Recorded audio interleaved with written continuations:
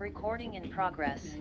Good morning, everybody. It is wonderful to see everyone. We are going to be starting a completely new series this Sunday morning, and this is a series called A Crash Course in the Jewish Lifestyle. I feel this is so funny because everybody says, well, we know all these things, and the truth is that we really don't. And what I've been doing over the course of the last few years is that anytime there's a juncture, anytime that there's an important moment in Jewish life, what I try to do is I try to ask myself, what are the questions that people would want to know? What are the kind of things that are what I call FAS, frequently asked shilas? And what I've been doing is slowly building up over the course of time and writing down frameworks for each stage of life. And then discussing it with people and giving them a sort of a cheat sheet of the basics to have, without all the complicated sources and without all the complicated details, just having the most basics addressed. And what I said to myself is that why don't we just formalize this, turn this into a long trajectory, because I certainly haven't covered all the research. And a lot of people go through these stages, whether the first time or second generation or third generation in, and there's so much to learn, there's so much to appreciate. So that's the idea. Where we're going to start is there's actually 18 parts to the series. Wow. Okay, because life is broad. We're going to go from birth to death and beyond. And everything in between. Yes, there's a lot beyond, because after death, there's burial, shiva, shloshim, yard sites, and beyond that, then we can also start talking about things like Chanukah, Sabayis, Siyums, graduations, anniversary, other pieces of life, which hopefully we'll be able to bring in afterwards. There are really a lot of very fascinating, we'll call milestones in life, which are enhanced, elevated, and expressed through our learning in Judaism. I look forward to doing that with us. So here's the way it's going to work. Just the overview is that we're going to learn the ideas conceptually. We'll go through some halachic and some philosophical ideas. And at the end, rather than use them as sources, I'm going to hand out what an FAS looks like, which is an FAQ, just with all the basics as a summary. So everybody has it over there. But I don't want to belabor people, because I don't want this to be a look inside, look up kind of experience. I'd like it to be that we're learning and thinking together. I'd like to start off by thanking Suri. Suri Davis has very kindly sponsored the series, the entire series. And it is actually around now that Suri has 3 yard sites that are just around this time. We're just beginning the stage first for her grandmother. And that her grandmother is Esther Bas Menachem Mendel. And also coming up shortly is Suri's father.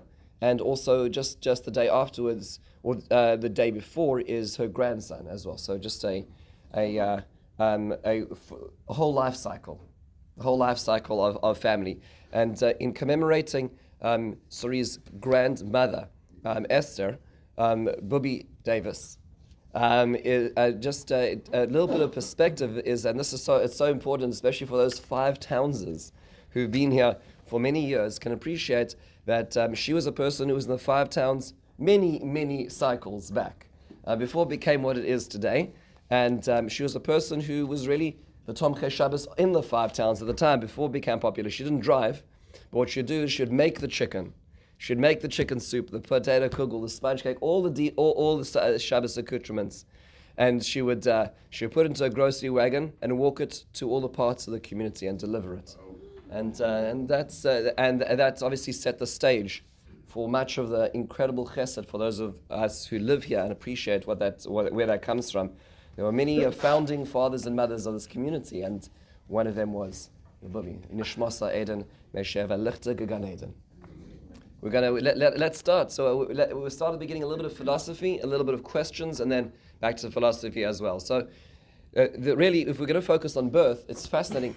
Most people don't have a chance to prepare or think so much about this. What I try so hard to do is that when I'm in touch with a couple and they're at the stages of a late pregnancy, I try to reach out to say, well, okay, let's talk. There's a lot to talk about, because there's so many things to consider. But the truth is, actually, it really begins before that. I'm going to just add one very deep spiritual point, and then we're going to get to the tail end of pregnancy. But that is that the Torah tells us a pasuk which we all know, but we perhaps just glide over. The Torah tells us at the beginning of Parshas Tazria, it says, "Daber b'nei Yisrael emor, isha ki sazria v'yolda zachar." So it describes that when a woman will have children, and then it describes the process of the halachic process that happens afterwards. And what is noted by the commentators is that there are two words to denote birth there. There's tazria and there's yolda. Those are two separate words. What do they mean precisely? So the Or HaChaim HaKodesh is a very fascinating essay, which I highly recommend that people who are able to access this take a moment to look at this. As he points out, based on the pasuk that Achar v'kedem yetzartani, that forward and backwards God created us, is that there are two stages of creation. There's we'll call it the creation of the soul, drawing a soul down, and then there is the creation of the body, which is going to be the vehicle for that soul. So there's two parts to the creation process, as it related to when God was doing that for us. That's what happened, and therefore similarly when we are, as so to speak, micro creators, as God gave us the capacity of creation, we also do the same thing. And the first stage is called Tazria. The second stage is called Leda. Tazria is conception, and that's the spiritual creation of the soul, whereas Yolda is the physical creation of the body that is emerging into this world and is now being fused together with that soul. And it's important to appreciate the difference in this, because, and as the Or HaChaim HaKodesh points out, is that when it comes to the spiritual creation process, intent and thought actually makes a difference, a huge difference when it comes to that creation process. So the thought of a couple at time of the conception has an impact spiritually on the neshama that is going to be drawn down to this world, which is going to attach to the now forming biological body. So yes, we can track the splitting of the cells, we can track every stage of that pregnancy and project what it's going to be. That's the biological process of creation, which has been set into process, but there's also a soul which is going to be tethered to that body, to that vehicle. And the process at the beginning of Tazria, the earlier in the creation process, the more consequential thought and ideas are, which is fascinating. Because unfortunately, most times in today's society, children are the afterthought. It's not that was the by the way, the byproduct of an experience. Whereas in Torah ideology, it's actually supposed to be the foremost thought. And there's a lot of writing around what that is and the purity of this. In terms of architecture, so imagine that you had a building, and there was a mistake that was made. So you're putting up a house, and then the architect comes to you and says, "Listen, we've got a problem. We chose the wrong doorknobs." So you say, "Okay, it's like a real hassle. It's going to take, but just go to Lowe's and just buy new doorknobs, and you'll just replace them." That's not the end of the world. The thing you don't want him to say is, "Well, we have a little bit of a problem in the blueprint in the basement." Right? You don't just go to Lowe's at that point in time. Now you've got a structural problem, right? Now you're going to have a code issue. Now you have a safety issue at hand. You can't just replace. You can't just figure that out. The earlier in the process of creation, the more significant it is to that creation. Because when something goes wrong, then that could have longer ramifications. And that's the same thing with the process of conceiving and having a child. The earlier, the more consequential. We know this physically, right? So that's why mothers who are carrying, who are pregnant and carrying children, had to be so careful physically. Alcohol, caffeination, medications, right? That's the biological side of it. Spiritually as well. Now, what is interesting is that the Or HaChaim says, and you'll never read this pasuk to say the same again, is that the Or HaChaim notes. He says perhaps this is what is meant at the beginning of Parshas Lech Lecha. What does it mean? It says by Avram and Sarai at the time that they're making their way from the area of Mesopotamia between the Euphrates and Tigris. They're making their way down to this other area called Canaan under different rulers. And it says they bring along with them a nefesh asher asul becharan, the souls that they made in Haran. And we are all conditioned to understand that through Rashi's lens, which is that they brought about all these people that are partners in Torah, Project Inspire, and Eshat Torah, and Chabad. They were amazing. They just had all these people gravitated towards them, and they brought them along with them. And that's what we understand to mean. But the Or HaChaim says no. He says what it's referring to is the fact that Avram and Sarai could not have children. They were not biologically able to create a vehicle to house those souls, but the souls are still being created. Which means that Nefesh HaSochar was all, so to speak, the spiritual creations that they had, but they were not embodied yet. They were not able to find a place yet until later on when God facilitated that, which is a profound, profound observation. So before we even get to the, so to speak, childbirth itself, it's important to understand the earlier stages. Just like we're careful in pregnancy about the biological, the health care, one has to also be spiritually aware as well. And this is something which Judaism places a great emphasis on. Although certainly not in a 101 Judaism reader. But it's important to appreciate the significance of this, and in the sense that there are three partners in a human being, right? And it's always so funny, because like when you look at the baby and you say, oh my gosh, it's like dad's eyes and mom's eyebrows and, granddad's chin, and you look at all these things and you're like, it's amazing, right? And then and then where did the character come from? It's like personality is like, I don't know. That's not mom, that's not dad, that's not, there's going to be certain mannerisms later on as we condition, right? There'll be mannerisms which will be adopted. But base character, hardwiring, algorithms, that's not us. And that's exactly the point, is that wasn't you.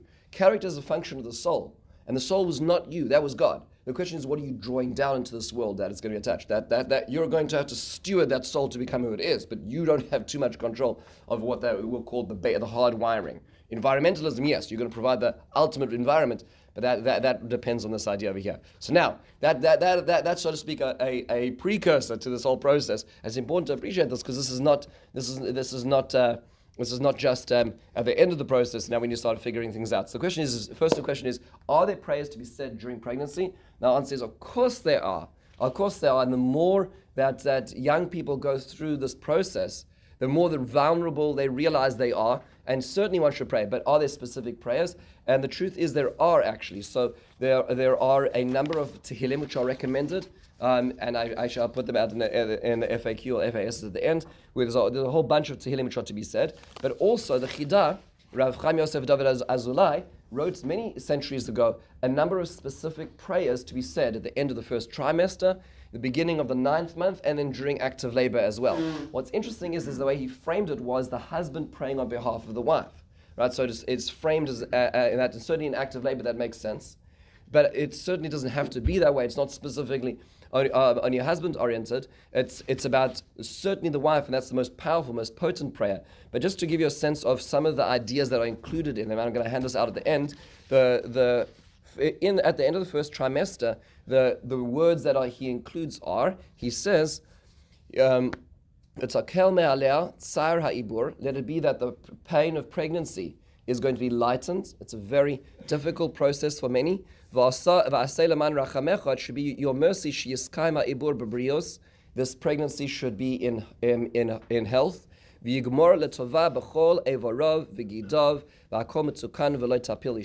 There should be no miscarriage, God forbid, and that all the limbs should form naturally. You'll notice that prayers always, when it's still possible to change.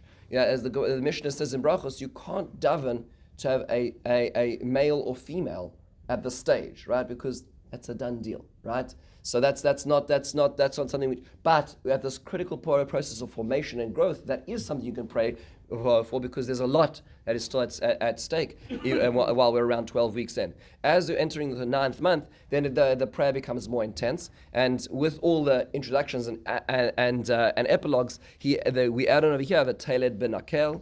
May it be the birthing is easy. Beli shum tsa'ar, it should be without any pain. But terem yavo hakol la v'imlita ubra lachayim tovim u'lashalom. The child should enter this world in peace and health. B'shah tova u'mazal tov lanu v'levlad lo yerala v'lo levlad shum tsa'ar v'shum nezek v'shum mikra ra chas v'shalom. There should be nothing that happens to the mother or the child in this process. So anticipating, looking at the end of this process, because now the light is at the end of the tunnel. And during active labor, the Chidah suggests reading the 20th chapter in Tehillim 12 times round. It happens to be that the wording or the vowelization of God's name has 12 different permutations. Not getting into that right now, but after that, saying a Yiratzon that is describing that in the name of the matriarch Sarivka, Rachel, and Leah, that Hashem should have mercy upon her, v'tizkarena l'tova, v'tivkedena l'bracha, ki aneha l'cha t'luyois. And Hashem, we're looking to you. My wife is looking to you. And remember, we live in such an incredible age of medical technology, but even still, it's touch and go. Please, HaKadosh Baruch Hu, let this be healthy. Let this be a healthy process. Let her have mercy. So there's a lot that can be done, and a lot of people don't necessarily know or have the tools to know what it is that we're supposed to be saying. Let's dig into some of the more practical questions that I said. So what happens if? So let's frame it in the way that questions are asked. So if I go into labor on Shabbos, what do I do? So I'll tell you a little secret: is that our first child. So that's our little Moshe. A number of years back. So and my wife's water broke as we said Shalom Aleichem. So that was the beginning of the process. So going back into this, so what do you do at that stage in the game? In order to appreciate this, it's just important to understand that when a person is in a state of sakonas nefashos or safek sakonas nefashos, so a person is in a life-threatening condition or even a questionably life-threatening condition, then that person may be mechalel or mechaleles Shabbos. That is very clear in Shulchan Aruch. And then the Shulchan Aruch specifically applies that to birth. Birth is seen as a place certainly of pikuach nefesh, and the Shulchan Aruch adds a kula and a chumrah to this, and it adds a leniency and a stringency to this at the same time. What are those? So the first thing the Shulchan Aruch points out, and this is all in Shulchan Aruch, in Shin Lamed, the end of Hilchos Shabbos, very important section there in Shulchan Aruch about refuah on Shabbos, about all the necessary healthcare laws related to Shabbos. The first is the leniency, which is that you may do things like umadlikin la ner. You may do things which are perhaps extraneous to the immediate medical requirements right now. That's included in the orbit of what's necessary to be done for a woman who is giving birth. However, he says that at the same time, you have to, if there are other options, meaning if there are ways to do things less of a Chilul Shabbos, then one does it if possible. So, as example, driving a car to the hospital is a biblical transgression of Shabbos. Getting a taxi is a rabbinic. If there's not going to be a difference in time, then it would be better to get a taxi than it would be to drive. Right? Because driving, every time you're hitting that accelerator, that spark plug is going. That is a biblical action every single time you're doing that. Whereas, when it comes to a taxi, you're transgressing what's called Amir La'akum, where you're having a non-Jew doing the work for you, the biblical work for you by driving. That would be preferable. Again, if there's no time to be had, then of course one does what's necessary. But then, again, it's not always the same situation when it comes to planning this out. But before we get there, you need to know what to do. And in a lot of times, it's not so obvious. The contractions have started. How far apart are they? How intense are they? Has the water broke? Are there any other symptoms? And for that, you don't always necessarily know yourself. So the first thing to do is call the doctor, right? So that's the most important thing. It's important. First thing to do is to call the doctor on Shabbos. And then the question becomes so which way, what is the best way to do it? Should I be trying to do this as a shinur? And the answer is not really, because you're going to just end up making more blunders. And then you're going to have to really just call. Better to have a speed dial, which is great. So you just to hit one and hold, and it goes straight to the doctor, and speak to the doctor, and the doctor will advise from then. Oh, okay. Being as the situation is this, being as we know that there's gestational diabetes, being as that the baby is big, being as the baby is small, being as you haven't felt. All those go into the consideration. The doctor will say, you know what, we'll wait a few hours until, or the doctor will say, I think you should go right now. That's the most important thing first that happens, and that needs to be done on Shabbos.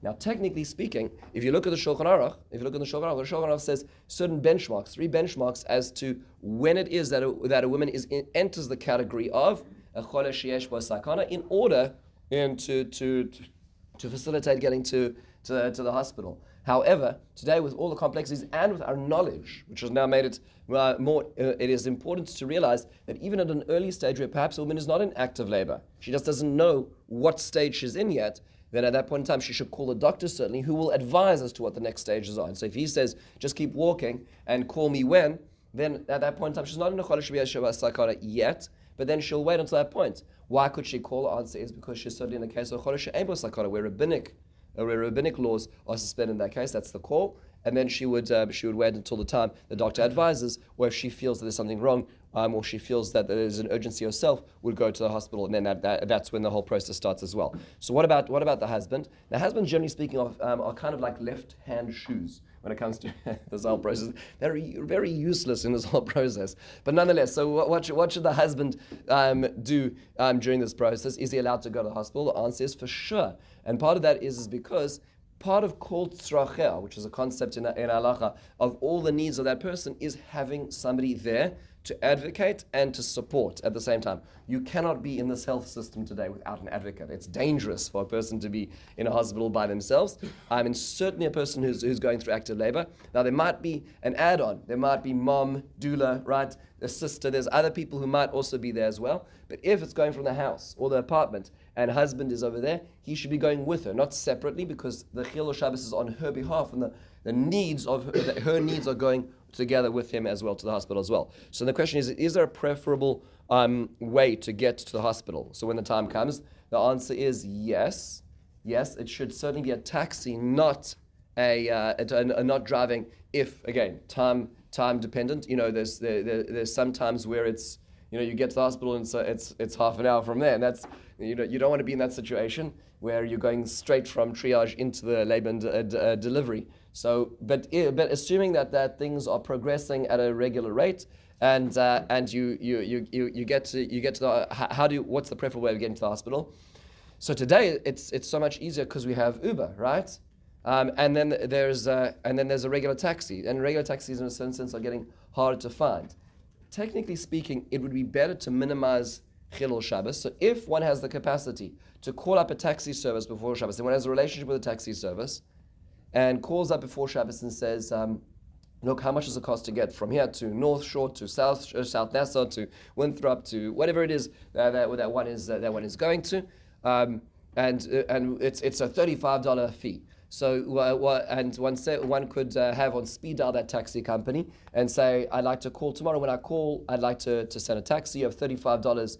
We may want to put the tip in over there. I'm not going to say what we're doing these days. They start off with 25% these days, But as you put the money in an envelope, you put it on the outside of the bag. Yeah, and this way there's one call and that's it. Whereas Uber, it's always more complicated because then you're typing in and you have to take the phone and it's a whole thing. So if that's possible, that's certainly preferable. It's not always so simple today. It's not as many taxi services, and they're not always so easy to facilitate. One would do that as well. I know there's actually there was a doctor in our shul who worked in oncology. He had to work in New Jersey, and he had calls on Shabbos, so he would have to go out early Shabbos morning. So he had a standard, he had a set driver who would always take him. But then he found out that this particular driver in Lyft was Jewish. You have to so you had to be anti-Semitic to say, I just don't want a Jewish driver, right? Because you have to make sure that you're not being taken by the Jew. But be it as it may. So organizing a little bit of pre-organization is helpful. And even if something like even if one is using Uber, to have it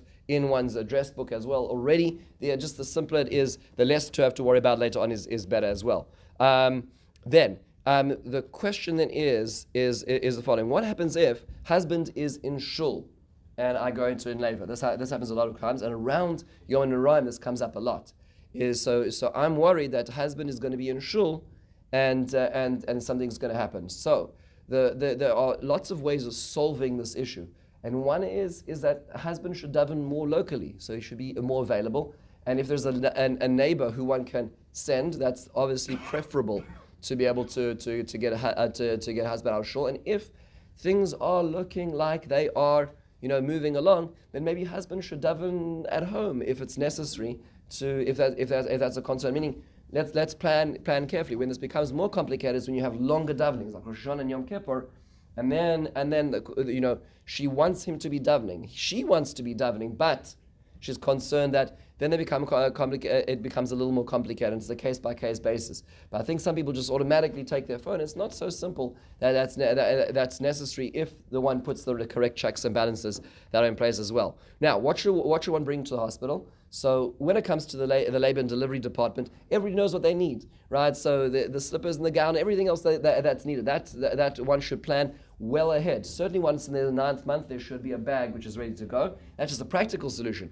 But there's also called the religious items department, which is that one should also have the necessary things like a tehillim, like a siddur, like a plug-in lamp for candles, like grape juice and 3 rolls to be able to get through Shabbos in case that's the situation. And one should have that all set so that there's less to worry about later on when Shabbos comes in. If there are muksa items, really technically speaking, it's better to have those out if not necessary for the process. So it's a one-stop option as well. What happens when you get to one extra step is what about, let's say the taxi arrives. So it is important to remind the taxi driver that he or she should open the door, because every time you open the door, that's switching on the lights, and same thing with closing the door. So you take a more of a regal attitude to your travel, and you ask them to open the door on either side. And when one gets to the hospital complex, it's important to realize that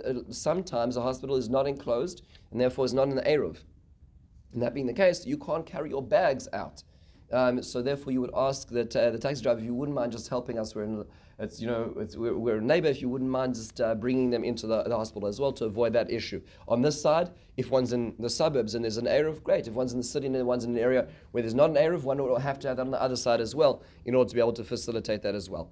What about the elevator? So most metropolitan hospitals in the New York area have a Shabbos elevator, which is great. So wait for that. But then also, again, there's the notion of it also depends how far into labor is this. How fast is this progressing? If it's the Katz Women's Hospital in, let's say, North Shore, which is the 3rd floor, right, and one's in a position to be able to go up.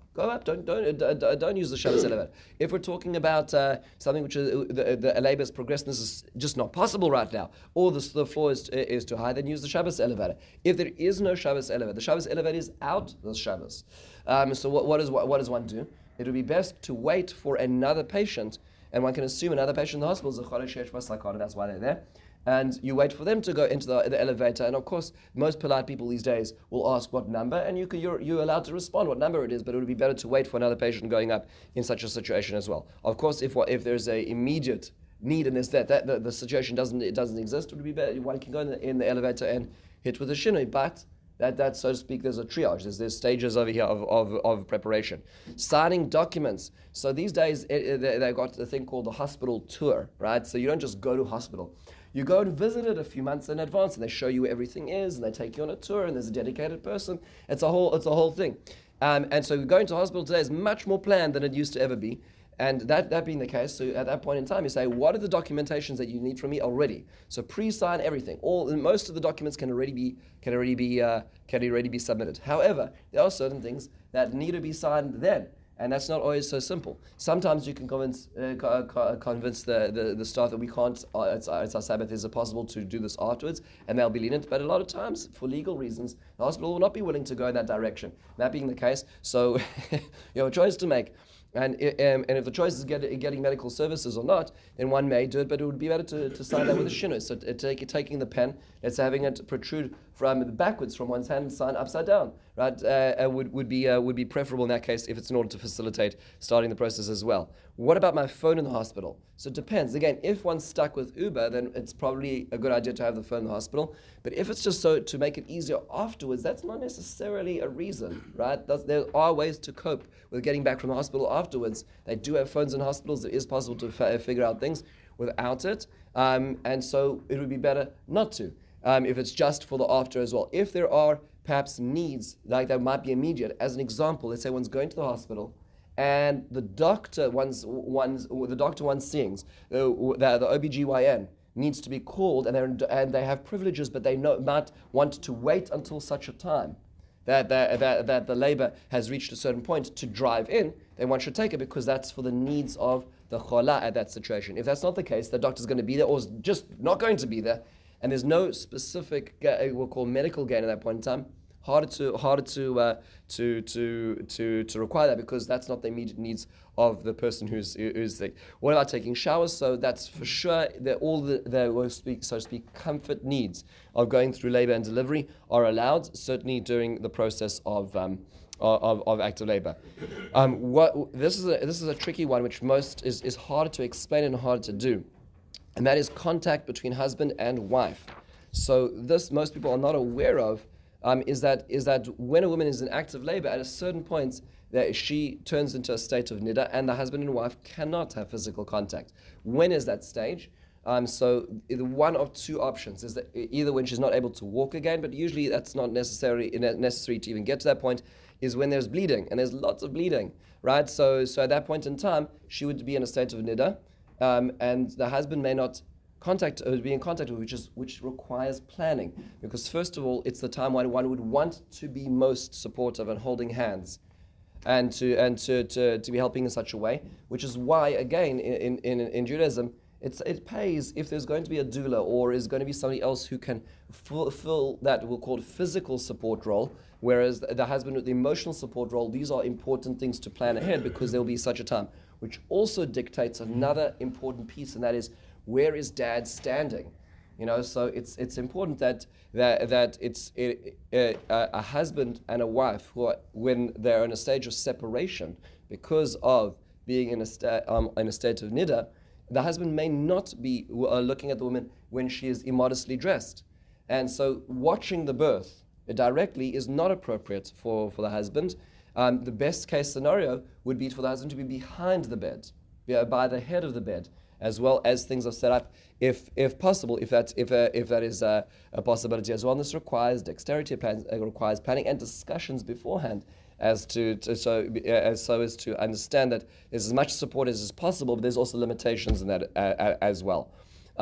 What about calling the nurse? So a lot of times you're kind of abandoned in these institutions, right? And they kind of do their thing, and then off they go. And now you really need them, and the epidural's not taking, and I'm worried about this, and there's all these things that happen. And so how do I get the nurse? So when it comes to during labor, one may call the nurse directly. If it's postpartum, then at that stage in time, it's still state of cholesh she'en bo sakana. One should try calling, but if that is to no avail, then one should do the shinoi to hit that button to be able to get the nurse. But if, let's say, as an advocate, it's easier just to go to the nurse station and say, my wife needs X, my wife needs Y, she has a question about Z. What about the protocol for letting family members know that the baby was born on Shabbos, right? So my first child, which we were blessed with, was born at 12:55 a.m. on Friday night. Yes, that was a short labor. And so the question is what about, can you call the answering machine, tell the nurse to call the answering machine? Mazel tov, you have a grandchild. And the truth is, not really. That's not the needs of Shabbos. Meaning that's not the needs of the Choila, and that's not the needs of Shabbos at that point in time. In fact, for us, it was a very beautiful blessing to have 18 hours of personal time before the rest of the world would know and reach us about all the mazel tovs and considerations and plannings and everything else that's going to come. That's part 2 of the series. And we'll get to Shalom Zachas, Simchat Basas, and Brisses. That's later. But at this point in time, it's the ability to savor that moment. It's not necessary. It's not a need of the Cholah. Now, here's a thing which I would imagine that most parents, most new parents, certainly do not know. And it's good as grandparents to remind children of this as well. Is there a bracha? And the answer is yes, there is a bracha, absolutely, upon the birth of a child. And for a boy, the bracha is hatov ha'metiv. For a girl, is shechianu. These are brachas which both the parents should be saying when they're able to have the ability to first hold that child. Most people don't know this. Most people miss this out. For the Sephardim, it's a little easier, because what they do is they place the shechianu later on or the hatov ha'metiv later on at the bris. So when it comes to Ashkenazim, it should be done, and it's never too late. I don't believe, but these are brachas which somebody should be aware of as well. Which leads to the next bracha, which is the Birkas Hagomel. Going through such a situation is a very, very humbling experience, because you realize that this process is not elective, right? This process, once it starts, there's no going back, right? And it's terrifying, because you realize how vulnerable you are at this process when you're getting on. So I remember when I went to our first Lamaz class with a group, little group of people, and we were all due around a certain 5-week window. And one of my friends, who was the later end of the group, said, it feels like I'm waiting at the theme park and everybody's getting onto this roller coaster and it's terrifying, but everybody walks off smiling. It is terrifying. So you get out of this process, it's a remarkable process, and to see the miraculous the miraculous process is unbelievable. So now let's say a person comes out of this, a woman should absolutely say Hagomel. Now it happens to be that there is a little debate. Should she wait 7 days? Maybe she should wait 30 days as to when to say the Birkas Hagomel. Should be the first time she comes back to shul. And the truth is that really when the opportunity presents, she should really say it in a minyan. So I would recommend that if a woman is up to it at the bris, that's a beautiful time to be able to say it. Generally speaking, with a Kriyas Shem for a girl, usually mom is not present. Just it's too early and it's early in the morning. It's complicated. Although I have had such a situation. We had one just recently where a mother was present for the naming of her daughter, which was very beautiful, and she said Birkas Hagomel. It's a wonderful thing. She's able to be out there and to say Birkas Hagomel. That's an incredibly beautiful thing. There are some women who are not comfortable with this. There are minhagim that the husband would say it on behalf of the wife. If the wife is not comfortable, the husband can say it, but it should really be in her presence. And if it is in her presence, when she comes back to shul, he would change the nusach to Hagomel l'chayavim to us shigmor leich kultiv. It really depends on, I would say, it depends on the wife. She's the one who has the responsibility of acknowledging this, and she should set the tone for this as well. There's many halachic options in this. The question which comes up all the time is just, and we're going to sort of stop in this space over here, is nursing. And so it becomes this in and of itself is a whole new parasha, certainly for new mothers. And the question which comes up actually got last Erev Shabbos, which was what about nursing into a bottle? What about nursing into a bottle for this child? So at the hospital, there's usually a lactation expert who comes and spends time with the new mother, and it tries to help out. And it's a whole new process. It can be very painful for a lot of people. What happens if a mother needs to nurse into a bottle in order to feed the child? So it depends. So when it comes to Shabbos, the truth is that mothers can nurse children on Shabbos. That should be an obvious thing. That should be obvious, right?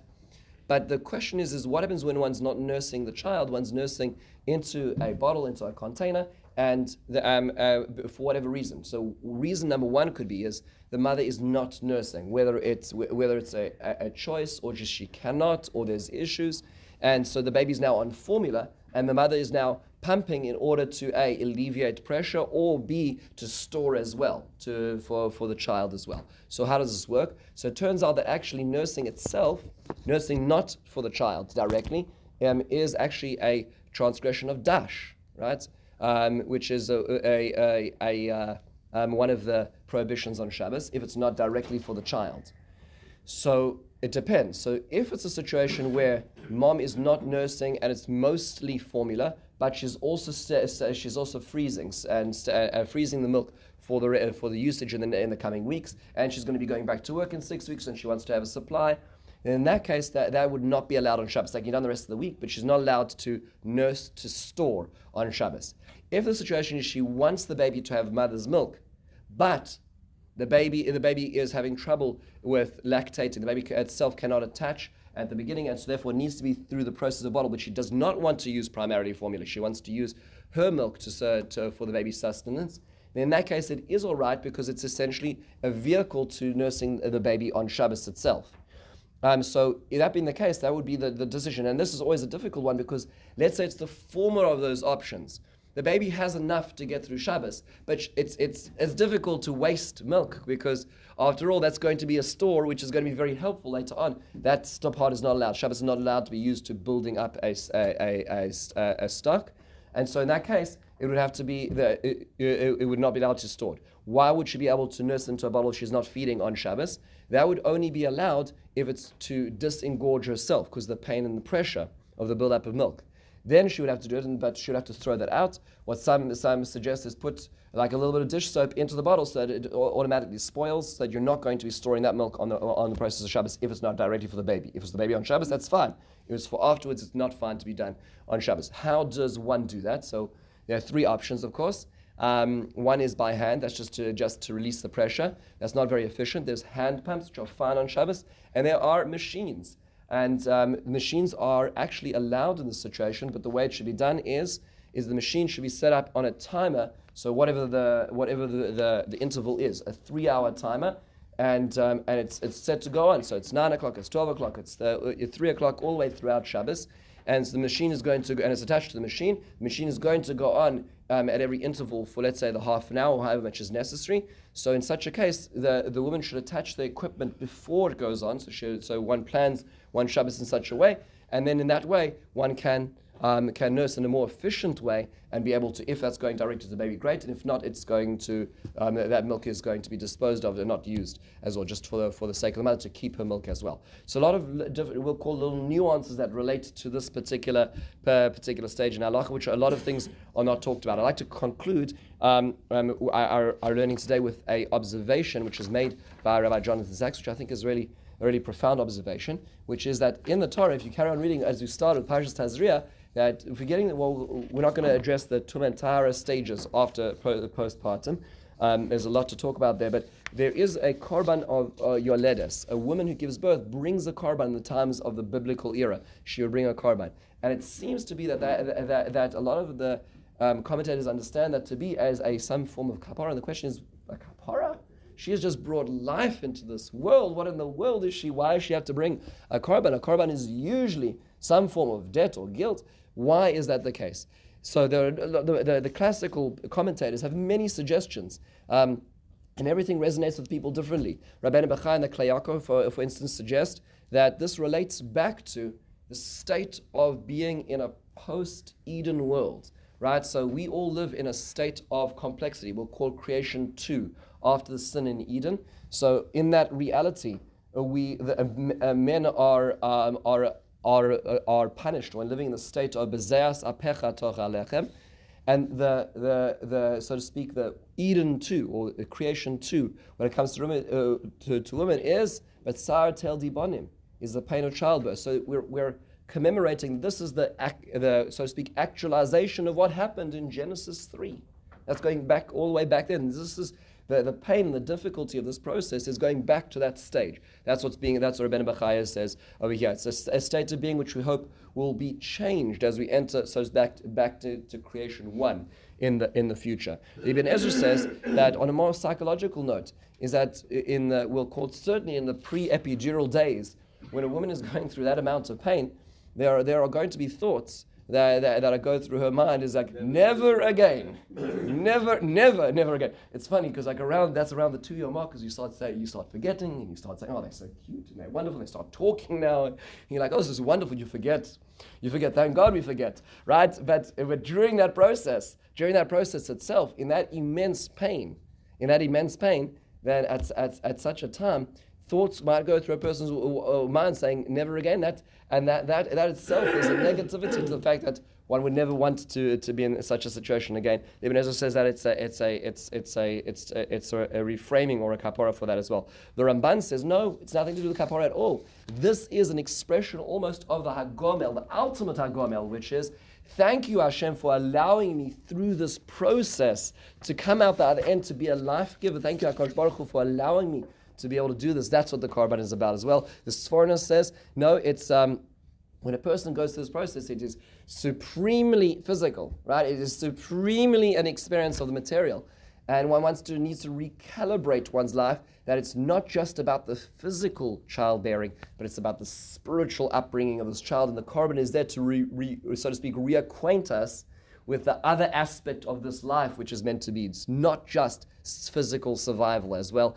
And the Rav Meir Simcha Dvinsk, who is the Meir, the Meshe Chochma, the Or Sameach, observes that it's like a korban olas riyah, because as a woman exits the stage of childbirth, she's going to go back to the temple, and this is so to speak, the recognition of her ability to enter the temple again at the biblical times, to be able to appear in front of HaKadosh Baruch Hu after having gone through this. Without addressing the Tumah and Tahara, Rabbi Sachs makes the observation that he quotes a Gemara which is in Sanhedrin, where it describes when HaKadosh Baruch Hu himself we'll call it the creation process. Our childbirthing is a microcosm of the incredible power and potency of creation itself. When HaKadosh Baruch Hu wanted to create human being, it said that he consulted with the Malach. There are many versions of this conversation which is had. So the first, the Gemara in Sanhedrin describes HaKadosh Baruch Hu says, Naaseh Adam, consultation, the celestial palace, and he says, should we create the human being? So the angels say, well, let's see the transcript. Like, let's take a look at the historical context of what's going to happen with this. And they said, whoa, no way. No way. Look what they're going to do. I mean, there's a lot of good, but like, there's a lot of bad. There's a lot of risk that comes with this investment. So HaKadosh Baruch Hu destroyed those malachim. So then HaKadosh Baruch Hu creates a new set of malachim, new sets of agencies of power in this world, and he says, should we create human beings? And they say the same thing. Let's take a look at the future. And they're like, my goodness, not a chance. HaKadosh Baruch Hu removes those angels, creates a third set of angels, and asks them again. So the angels said, look, we understand that we can say no, because that's the answer. But if we say no, we're going to be wiped out. So do what you want. And so HaKadosh Baruch Hu, it's an amazing negotiation process. HaKadosh Baruch Hu creates the human being, and then comes the times later on in history, there's a generation of the flood, and there's bestiality, and there's anarchy, and there's all these kind of things. And the angels turned to Hashem and said, wasn't this what we were talking about? Wasn't this what we were talking about? And the Gemara describes that HaKadosh Baruch Hu responds, and he says, quoting the pasuk in Yeshayahu, is that HaKadosh Baruch Hu says, even in old age, even at a later stage, I'm going to va'amalek. I'm going to still bear them. I'm going to still bear the imperfect creation of the human being itself. Lifecycle says, transpose that conversation in a certain sense to parenting itself, to bringing a life into this world. And certainly anybody who's been a parent for a while understands the immense vulnerability of being a parent. The vulnerability of now having somebody that one has to care about the rest of one's entire life. One's going to always be emotionally tethered to this person, and one is vulnerable through that. But more than vulnerable, one's also responsible. Do you know that this human being is going to be a contributing member to the context of this world, to humanity? Is it going to uplift the world, or could this child be a destructive force in the world and destroy the foundations and create more bad than good? That's big. The coin's still in the air as it spins, right? And there's a lot that we try to control, but there's a lot that we don't have the control over. And as a parent, so to speak, like HaKadosh Baruch Hu is parenting humanity, is stewarding humanity into the world, we as parents have that same danger, or that same feeling of fear and risk as we bring a child into the world. And like HaKadosh Baruch Hu, we say, you know what? There is great risk in this endeavor. We don't know what the outcome is going to be. We don't know how long this life will even be. But we're taking that risk, like HaKadosh Baruch Hu did. We will try the best. We're going to pray, and we're going to beg, and we're going to do everything to invest in this child, that they should be successful, they should be well, they should contribute, they should elevate this world, they should bring more light into this world. And that's in a certain sense the parallel to HaKadosh Baruch Hu's creation. And love brings us to irrational risks, which is what we take. Bringing a child into the world is an irrational risk in today's day and age, certainly. But it's a risk that's worth taking, like HaKadosh Baruch Hu took the risk on us as imperfect people who continue to make mistakes, but continue to validate our creation. And that's why, says Rabbi Sachs, we bring this particular korban at the end of this, is acknowledging the risk that we took, but still validating the fact that we have the capacity of that creation as well. So closing this full circle in terms of just the birthing process, some of the technical aspects of it, some of the more philosophical aspects of it. What do we have to look forward to now? Now we move into actually celebrating life. What is a Shalom Zachar, a Simchat Bat, a Bris? All these pieces that are going to be coming in the next stages. Be'ezras Hashem, looking down us at the road, we have options. We have a lot of opportunities to be learning Be'ezras Hashem. I thank everybody for coming. And what I'm going to do is I'm also going to ask. I'm going to now hand out for anybody just a brief summary of this of what we did, if this is helpful, and I hope that this is something which will elevate our experience, and for those us who have people going through this as